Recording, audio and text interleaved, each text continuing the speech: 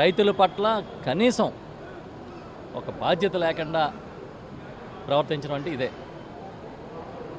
నిన్న ఎక్కడో చూసాం మీడియాలో, ఇప్పుడున్న గత మాజీ తెలుగుదేశం పార్టీలో మాజీ వ్యవసాయ శాఖ మంత్రి గారు సోమిరెడ్డి గారు ఒక ఛాలెంజ్ ఏదో చేశారు. ఆయన చర్చికి కన్నబాబు వస్తాడా, కాకాని గోవర్ధన్ రెడ్డి వస్తాడా అని.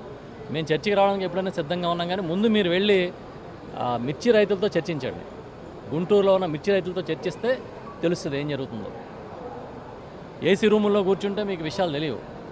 వెళ్ళండి, పక్కనే కదా, విజయవాడ పక్కనే ఉంది, వెళ్ళండి, వెళ్ళి వాళ్ళ కష్టాలు ఏంటో వినండి. అది చేయడం మానేసి ఏదో మీడియాలో ఛాలెంజ్లు విసిరి రాసేవాళ్ళు ఉన్నారు, చూపించేవాళ్ళు ఉన్నారని తెగబడుతూ ఉంటే రైతులు అర్థం చేసుకున్నారు, ప్రజలు కూడా అర్థం చేసుకున్నారు. ఈరోజు మేము పాలకొండ వెళ్ళాం. మా నాయకుడు జగన్మోహన్ రెడ్డి గారు ఒక పరామర్శకు వెళ్తే అక్కడ పోటెత్తిన జనాన్ని చూడండి. సెక్యూరిటీ ఇవ్వడం అనేది మీ బాధ్యత అనే విషయాన్ని మర్చిపోవద్దని నేను చంద్రబాబు గారికి హితవు పలుకుతున్నాను.